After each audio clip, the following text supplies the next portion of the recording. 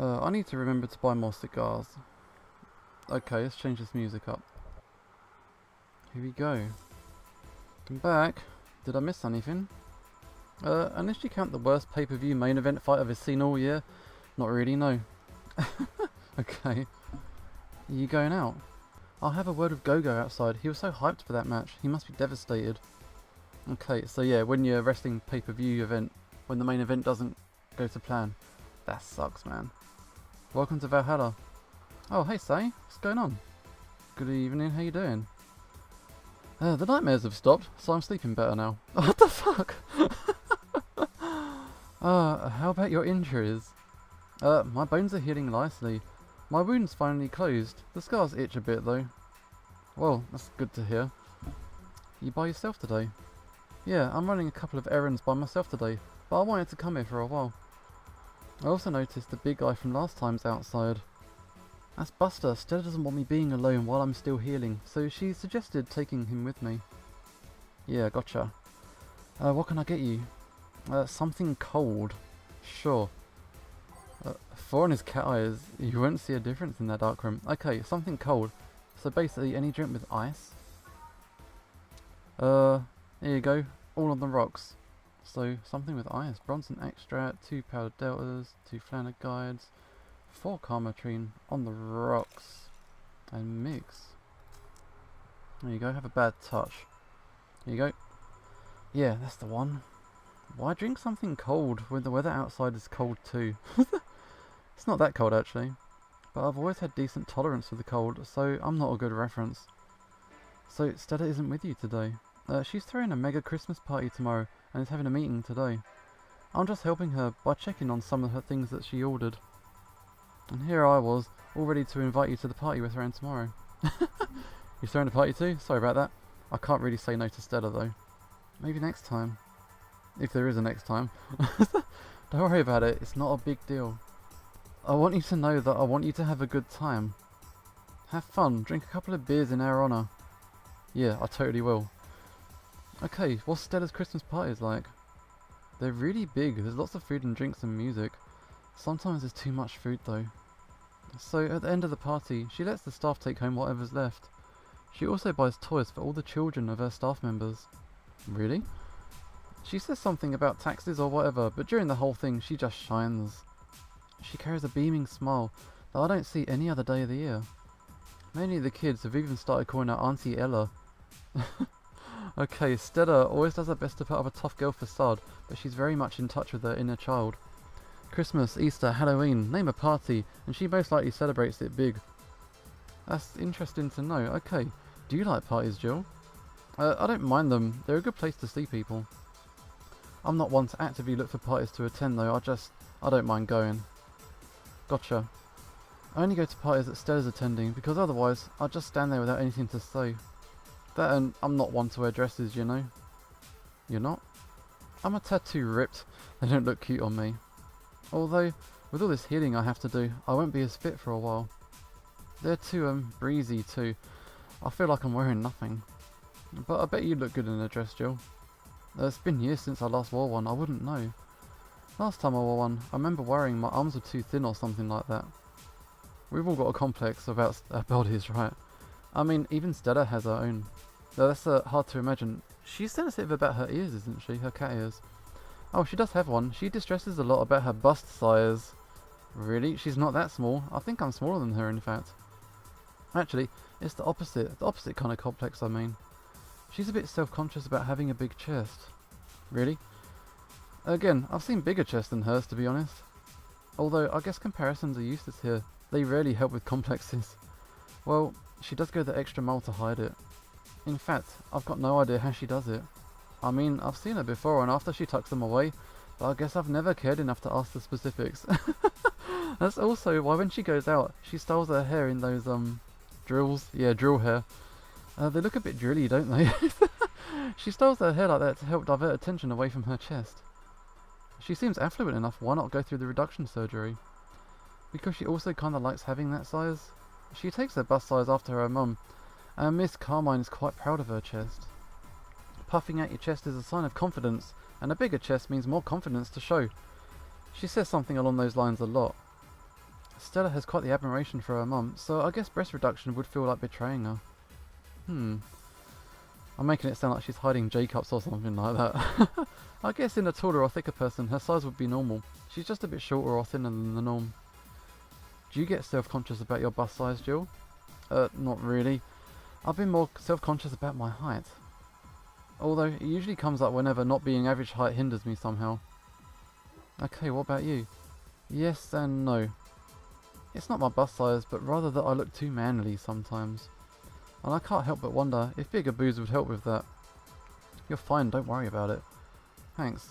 Can I get you anything else? Do you have something non-alcoholic? I do, give me a sec. Non-alcoholic. Sugar Rush, probably do it. We got Sugar Rush. Okay, 2 of them. 1 of them. Optional Karma Chain, not having it. Mix. There you go. Cheers. You're not one to drink that much alcohol, are you? It makes me feel sleepy, or at the very least makes my legs go numb. It's an annoying feeling, to be honest. It makes me wonder what's so good about getting drunk. I mean, I'm not above it, but it's not exactly a pleasant feeling. You feel like you're sleepy even when you're not. Your legs go numb, everything starts sounding funnier than it really is. What's so good about not being able to control yourself? That's a good question, actually. Usually people like feeling numb because that numbness helps them forget their problems. Even if you don't talk about the alcohol, there's a portion of people that can't afford food, or who are suffering from some pain that only alleviates when drunk or high. It doesn't sound logical on paper, but then again, humans are rarely, if ever, logical creatures. Despair and pain cloud your judgment, and make you do stupid things sometimes. Yeah, I've seen that firsthand. This world has an ugly side nobody deserves to be a part of. Okay, we brought the mood down.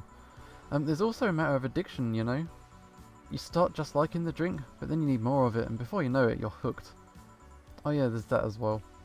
So tell me, what kind of party are you guys throwing?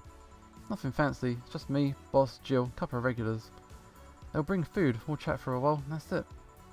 Man, that sounds good. At least better than the whole planning madness Stella's throwing on right now. If you ever throw something like that again, let me know, you hear? Sure. Hey, say. Yeah, what's up? What do you plan on doing now? I'm gonna check one last errand before going home. No, I mean, what do you plan on doing now, with the White Knights disbanded and all? To be honest, I don't know. I never prepared a plan B, because I figured, if you can go with plan B, why not just make it to plan A? I'm not the brightest person, so I never graduated from college, or even high school. I could go for a position with the police, but it wouldn't be as thrilling. And I'm tired of blatant corruption, I'm sick of it. But I'm alive. I learned something after that hell in Apollo Trust. Life is not something you can just throw away easily. Clawing my way out of that place made me realise just how much I want to be alive. The body count left in the bank was ridiculous, but I'm still here. I don't know what I'll do, but I'm alive. I'll figure it out sooner or later. That's good to hear. Well, gotta go. Bye Jill, good luck with the party. Please come again. Welcome to Valhalla. Oh, hi, Mr. Detective. Oh, this dude. Hey there, girl. Give me a strong drink, won't ya? Something strong. Fucking gut punch this guy. Bam. Okay. For 5. Full Flanner Guide. Optional Karma Chain. Yeah, fuck him up. All aged and mixed. Gut punch. Here you go. Yeah, this'll do. So, what dragged your ass in here? Nothing special. I was just working on a case, and I happened to be in the area. Okay, what kind of work are you on? I'm tracking someone. A gun for hire. Okay, what about the girl? Crimson something? I'm tracking that girl. Didn't you just get out of that job? I did, but the guy offered me a huge amount of money, and well, I just couldn't refuse it again. Well, it's your life, not mine. Do what you want. I wonder though, there has to be more to that whole thing than just acting as middleman to look for some murderer. Say, how safe is this place? We're protected by the BTC property laws, and the walls are soundproof. And I really couldn't give less of a shit about selling info to anyone. Okay, wait, soundproof walls? Wire? Did you see those vending machines outside? They're quite talkative. The bastards. It'd be annoying without those walls. Okay then. Have you heard of Lord Lance Lavender? No. He's some big name for, was it? Canyvania. His blood apparently has some weird reaction to Glitch City's nanomachines. Once in contact with the air, it does nothing. But if still fresh and touching someone's blood, the nanomachines will initiate a reaction. Essentially, they'll just eat through the other person's body until there's nothing left. They're using him as a guinea pig to see what causes that reaction, and if it could be used to fight nanomachine rejection. That sounds quite dramatic, actually. Well, turns out the Crimson Rose is his daughter. She left years ago to earn her living here, and he hasn't seen her ever since. He could be lying, you know. I doubt it. I did my research. She really is his daughter. Why didn't you figure that out earlier? I had no clue who was making the contract, and tracking all the messages to the source would have been too costly. Knowing who the sender was made things easier. Okay. Do you want another drink? About a cobalt velvet. Okay. A cobalt velvet it is. 2 of these. Was it 3 of them? 5 of these.